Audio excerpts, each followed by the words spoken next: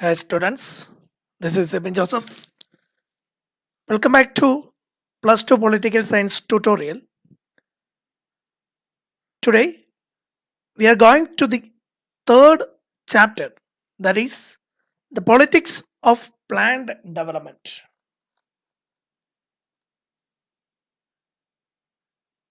In the last two chapters, we have studied how the leaders of independent India responded to the challenges of nation building and establishing democracy. Let us now turn to the third challenge, that of economic development to ensure well-being of all. As in the case of the first two challenges, our leaders choose a path that was different and difficult. In this case, their success was much more limited, for this challenge was together and more entering. In this chapter, we study the story of political choices involved in some of the key questions of economic development. First one, what were the key choices and debates about development? Secondly, which strategy was adopted by our leaders in the first two decades and why? Thirdly, what were the main achievements and limitations of this strategy? Lastly, why was this development strategy abandoned in later years? പ്രിയ കുട്ടികളെ, നമ്മൾ മൂന്നാമത്തെ ചാപ്റ്ററിലേക്ക് പ്രവേശിക്കുമ്പോൾ രാഷ്ട്ര നിർമ്മാണം, ജനാധിപത്യ സ്ഥാപനം, സാമ്പത്തിക വികസനം തുടങ്ങിയവയാണ് സ്വതന്ത്ര ഇന്ത്യ അഭിമുഖീകരിച്ച മൂന്ന് പ്രധാനപ്പെട്ട വെല്ലുവിളികൾ എന്ന് നമ്മൾ ആദ്യത്തെ ചാപ്റ്ററിൽ കണ്ടു. അതിൽ എങ്ങനെ ഈ രാഷ്ട്ര നിർമ്മാണ പ്രക്രിയ പൂർത്തിയായതും ജനാധിപത്യ സ്ഥാപനം നല്ല രീതിയിൽ മുമ്പോട്ട് പോയതുമൊക്കെ എങ്ങനെയാണ് എന്ന് കഴിഞ്ഞ രണ്ട് ചാപ്റ്ററുകളിൽ നമ്മൾ പഠിച്ചു. എന്നാൽ സാമ്പത്തിക വികസനം എന്ന വെല്ലുവിളിയെ എങ്ങനെയാണ് ഇന്ത്യ ഒരു വലിയ ആസൂത്രണത്തിലോടുകൂടി അതിനെ നേരിട്ടത് എന്ന ഭാഗമാണ് ഈ മൂന്നാമത്തെ ചാപ്റ്ററിൽ നമ്മൾ കാണുന്നത്. ഈ വെല്ലുവിളിയെ നേരിടുന്നതിന് വേണ്ടി നമ്മുടെ നേതാക്കന്മാർ വ്യത്യസ്തമായ പാതകളാണ് തിരഞ്ഞെടുത്തത്. സാമ്പത്തിക വികസനം എന്ന വെല്ലുവിളി അങ്ങേയറ്റം കഠിനവും അതുപോലെ തന്നെ സങ്കീർണവുമായിരുന്നു. അതിനാൽ ഈ കാര്യത്തിൽ വേണ്ടത്ര വിജയം കൈവരിക്കുവാൻ നമ്മുടെ നേതാക്കന്മാർക്ക് കഴിഞ്ഞില്ല. ഈ അധ്യായത്തിൽ ചർച്ച ചെയ്യപ്പെടുന്ന പ്രധാനപ്പെട്ട ചില ചോദ്യങ്ങൾ താഴെ പറയുന്നവയാണ്. ഒന്നാമതായി, what were the key choices and debates about development? അതായത് വികസനത്തിൻ്റെ ആശയവും മാതൃകയും ഒക്കെ എങ്ങനെയുള്ളതായിരുന്നു, എങ്ങനെയാണ് അവയൊക്കെ നമ്മൾ തിരഞ്ഞെടുത്തത്, അല്ലെങ്കിൽ വികസനം എന്ന് പറയുന്ന ഒരു ആശയത്തെ ഏത് രീതിയിലുള്ള തിരഞ്ഞെടുപ്പാണ് നമ്മൾ നടത്തിയത്. Secondly, which strategy was adopted by our leaders in the first two decades and why? അതായത് ആദ്യത്തെ രണ്ട് പതിറ്റാണ്ടുകളിൽ നമ്മുടെ നേതാക്കന്മാർ സ്വീകരിച്ച വികസന തന്ത്രങ്ങൾ ഏതൊക്കെയായിരുന്നു, അവ സ്വീകരിക്കാനുള്ള കാരണങ്ങളും എന്തൊക്കെയായിരുന്നു. Then what were the main achievements and limitations of this strategy? അതായത് ഈ വികസന തന്ത്രത്തിൻ്റെ നേട്ടങ്ങൾ ഏതൊക്കെയാണ്, അതുപോലെ തന്നെ പരാജയങ്ങളും പരിമിതികളും എന്തൊക്കെയാണ്. Last one, why was this development strategy abandoned in later years? അതായത് പിൽക്കാലത്ത് ഈ വികസന തന്ത്രം ഉപേക്ഷിക്കപ്പെടുവാനുള്ള കാരണങ്ങൾ എന്തൊക്കെയായിരുന്നു. ദെൻ നമുക്ക് പാഠഭാഗങ്ങളിലേക്ക് പോകാം. ഇവിടെ നമ്മൾ ഒരു രണ്ട് ഉദാഹരണങ്ങൾ ചർച്ച ചെയ്തതിന് ശേഷമാണ് നമ്മൾ പാഠഭാഗത്തിലേക്ക് പ്രവേശിക്കുന്നത്. അതിലൊന്ന് ഒറീസയുമായിട്ട് ബന്ധപ്പെട്ടതാണ്. ആ ഒരു ഭാഗം നമുക്ക് ശ്രദ്ധയോടെ ഒന്ന് കേൾക്കാം. As the global demand for steel increases, Orissa which has one of the largest reserves of untapped iron ore in the country, is being seen as an important investment destination. The state government hopes to cash in on this unprecedented demand for iron ore and has signed a memorandum of undertaking, that is MOU, memorandum of undertaking, with both international and domestic steelmakers. The government believes that this would this would bring in necessary capital investment and provide a lot of employment opportunities. The iron ore resources lie in some of the most underdeveloped and predominantly tribal districts of the state. The tribal population fears that the setting up of industries would mean displacement from their home and livelihood. The environmentalists fear that mining and industry would pollute the environment. The central government feels that if the industry is not allowed, it would set a bad example and discourage investment in the country. ഒറീസയുമായി ബന്ധപ്പെട്ട ഒരു ഉരുക്ക് വ്യവസായ സംവിധാനത്തുമായിട്ട് ബന്ധപ്പെട്ട ഒരു ഭാഗമാണ് നമ്മളിവിടെ കാണുന്നത്. ഒറീസയിൽ ഇരുമ്പയിരിൻ്റെ വലിയ ഒരു ശേഖരമുണ്ടായിരുന്നു. ഇരുമ്പിൻ്റെ ആഗോളതലത്തിലുള്ള ഡിമാൻഡ് വർദ്ധിച്ചപ്പോൾ ഒറീസയിലെ ഗവൺമെൻറ് ഈ അവസരം മുതലെടുക്കുവാൻ തീരുമാനിക്കുകയും വിദേശത്തെയും സ്വദേശത്തെയും ഇരുമ്പുൽപാദക കമ്പനികളുമായി സംസ്ഥാന ഗവൺമെൻറ് ധാരണാപത്രത്തിൽ ഒപ്പുവയ്ക്കുകയും ചെയ്തു. ഈ ധാരണാപത്രത്തിനെയാണ് നമ്മൾ മെമ്മോറാണ്ടം ഓഫ് അണ്ടർടേക്കിംഗ്, അതായത് MOU എന്ന് നമ്മൾ കണ്ടത്. സംസ്ഥാനത്തിന് ആവശ്യമായ മൂലധന നിക്ഷേപവും തൊഴിലവസരങ്ങളും ഇതിലൂടെ ലഭ്യമാകുമെന്ന് ഗവൺമെൻറ് വിശ്വസിച്ചു. ഇരുമ്പയിര് വിഭവങ്ങളുടെ നിക്ഷേപം സംസ്ഥാനത്തെ ഏറ്റവും അവികസിതമായ ഗോത്ര ജില്ലകളിലായിരുന്നു കിടന്നത്. അതായത് ട്രൈബൽ ഏരിയാസിലായിരുന്നു ഇങ്ങനെയുള്ള ഡിപ്പോസിറ്റ് ഏറ്റവും കൂടുതലായിട്ടുണ്ടായിരുന്നത്. ഇരുമ്പ് നിർമ്മാണ ഫാക്ടറികൾ സ്ഥാപിക്കപ്പെടുമ്പോൾ തങ്ങളുടെ മണ്ണും ജീവിതമാർഗവും നഷ്ടപ്പെടുമെന്ന് ഈ ട്രൈബൽ ഏരിയയിലെ ജനങ്ങൾ ഭയപ്പെടുകയുണ്ടായി. ഖനനവും വ്യവസായവും പരിസ്ഥിതിയെ മലിനപ്പെടുത്തുമെന്ന് പരിസ്ഥിതിവാദികളും ഭയപ്പെട്ടു.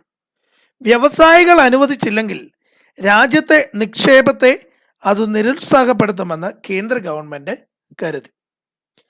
ഒറീസയുടെ ഈ പ്രശ്നം വികസനവുമായി ബന്ധപ്പെട്ട നിരവധി ചോദ്യങ്ങളാണ് നമ്മുടെ മുമ്പിലേക്ക് ഉയർത്തുന്നത്. വികസനവുമായി ബന്ധപ്പെട്ട വ്യത്യസ്തങ്ങളായ താല്പര്യങ്ങളെ തിരിച്ചറിയുവാൻ ഇത് നമ്മളെ സഹായിക്കുന്നു. Then this is one of the newspaper cutting from 23rd June 2006. It was taken from the leading newspaper of India, the Hindu. Orissa villagers protest against POSCO plant. Bhubaneswar. People facing displacement by the proposed POSCO India steel plant in Jambo district staged a demonstration outside the Korean company's office here on Tuesday. They were demanding cancellation of the memorandum of undertaking signed between the company and Orissa government 1 year ago. More than 100 men and women from Grama Panchayats of Dinkia, Nugaon and Gudachanga tried to enter the office premises, but the police prevented them. Raising slogans, the protesters said the company should not be allowed to set up its plant at the cost of their lives and livelihood.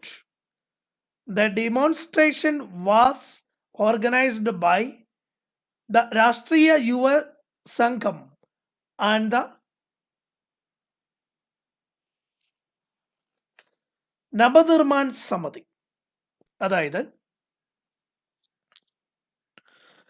2006 June 23 the Hindu ദിനപത്രത്തിൽ വന്ന ഒരു news paper cutting ആണ് നമ്മളിവിടെ കാണുന്നത്.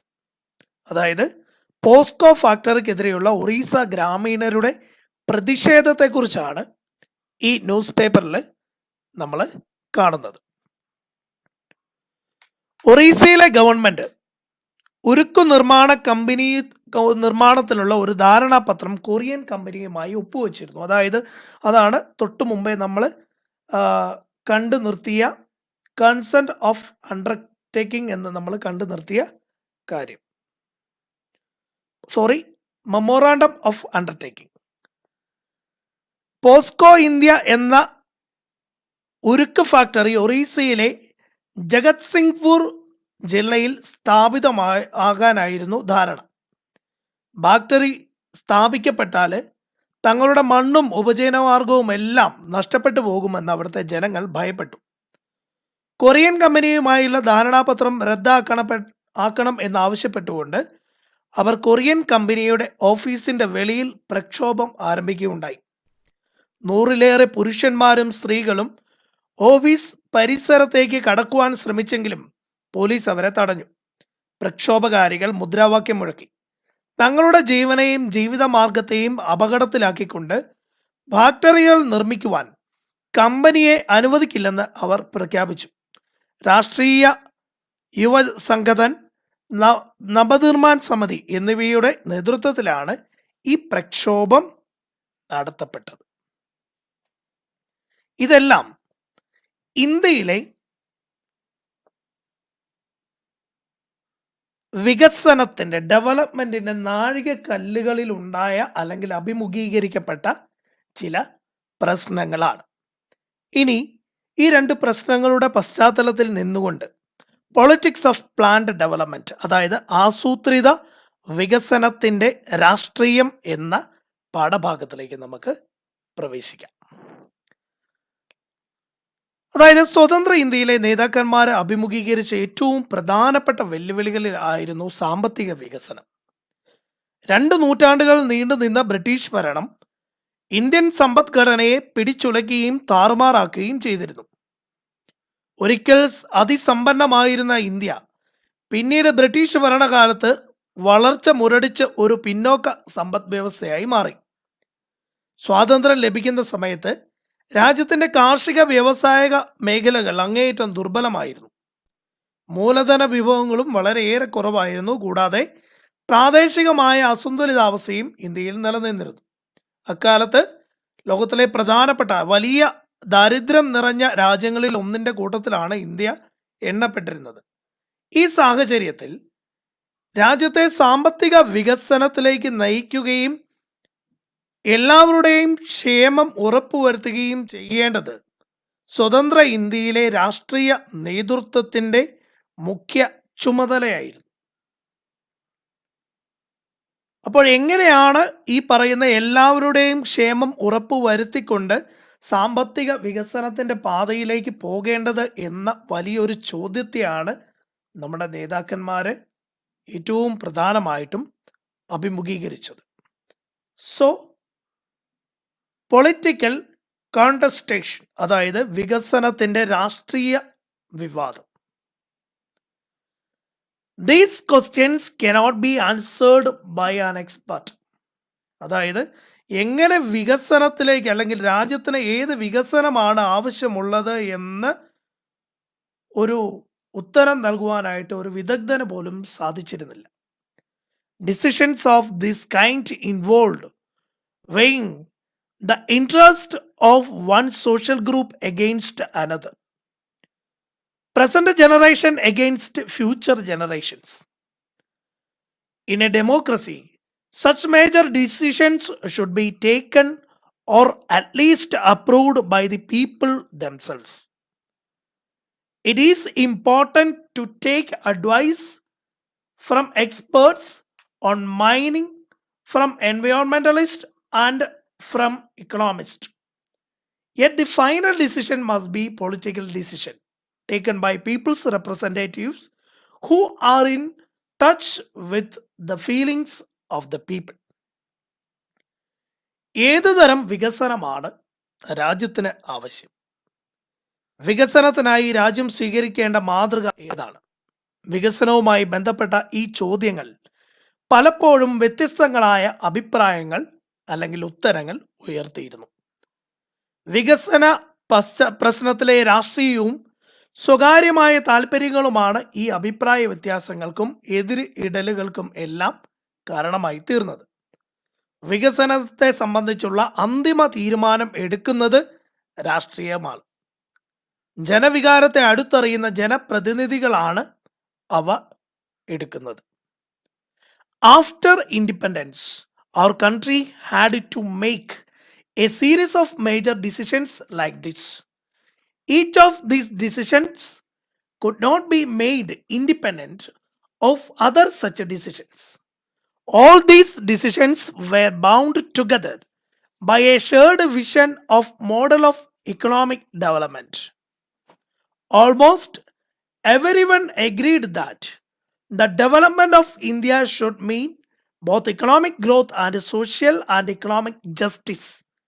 It was also agreed that this matter cannot be left to businessmen, industrialists, and farmers themselves, that the government should play a key role in this. There was disagreement, however, on the kind of role that the government must play in ensuring growth with justice. അതായത് സ്വാതന്ത്ര്യപ്രാപ്തിക്ക് ശേഷം നമ്മുടെ രാജ്യത്തിന് വികസനത്തെ സംബന്ധിച്ച ധാരാളം പ്രധാനപ്പെട്ട തീരുമാനങ്ങൾ എടുക്കേണ്ടതുണ്ടായിരുന്നു. ഈ തീരുമാനങ്ങളെല്ലാം പരസ്പരം ബന്ധപ്പെട്ടവയായിരുന്നു. അവയെ പരസ്പരം ബന്ധിപ്പിച്ചു നിർത്തിയത് പൊതുവായ ഒരു കാഴ്ചപ്പാടോ ഒരു സാമ്പത്തിക വികസന മാതൃകയോ ആയിരുന്നു. ഇന്ത്യയുടെ സാമ്പത്തിക വികസനത്തോടുള്ള സമീപനത്തിൽ ഉണ്ടായിരുന്ന യോജിപ്പുകളും വിയോജിപ്പുകളും എന്തെല്ലാമാണ് എന്ന് നമുക്കൊന്ന് നോക്കാം. ഇന്ത്യയുടെ വികസനം അർത്ഥമാക്കുന്നത് സാമ്പത്തിക വളർച്ചയും സാമ്പത്തിക നീതിയുമാണ് എന്ന കാര്യത്തിൽ എല്ലാവർക്കും യോജിപ്പുണ്ടായിരുന്നു. സാമ്പത്തിക വികസനത്തിൽ മുഖ്യ പങ്ക് വഹിക്കേണ്ടത് ഗവൺമെന്റ് ആണെന്നും ഇക്കാര്യം ബിസിനസ്സുകാർക്കും വ്യവസായികൾക്കും കർഷകർക്കും വിടാൻ പാടില്ലെന്നും സമ്മതിക്കപ്പെട്ടു. എന്നാൽ വളർച്ചയും നീതിയും ഉറപ്പാക്കുന്നതിൽ ഏതു തരത്തിലുള്ള പങ്കാണ് ഗവൺമെന്റ് വഹിക്കേണ്ടത് എന്നതിനെ സംബന്ധിച്ച് വിയോജിപ്പുകൾ, അതായത് എതിർപ്പുകൾ ഉണ്ടായിരുന്നു. ഇത് ഇനി പറയുന്ന 3 ചോദ്യങ്ങളുടെ അടിസ്ഥാനത്തിൽ ഉള്ളവയായിരുന്നു. First one,